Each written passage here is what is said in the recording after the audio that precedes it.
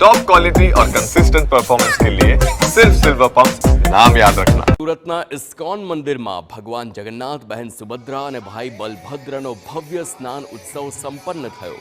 પરંપરા અનુસાર તાપી નદીના પવિત્ર જળને 108 કળશમાં લાવી કેરીનો રસ, દાડમના રસ અને પંચામૃત જેવા પવિત્ર દ્રવ્યોથી ભગવાનને અભિષેક કરવામાં આવ્યો। આ ભવ્ય સ્નાન વિધિ બાદ હવે ભગવાન 15 દિવસ માટે એકાંતવાસમાં બિરાજમાન થશે અને જે દરમિયાન ભક્તોને તેમના દર્શન નહીં થઈ શકે ત્યારબાદ દર વર્ષની જેમ પણ આ વર્ષે અષાઢી બીજ પર્વના દિવસે મંદિરના દ્વાર ખુલશે અને ભગવાન જગન્નાથની નગરમાં રથયાત્રા નીકળશે।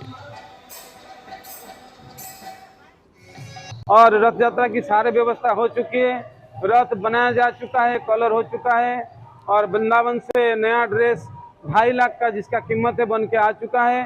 उसके 50 कारीगर कम से कम 2 महीना लगाए उसको बनाने के लिए।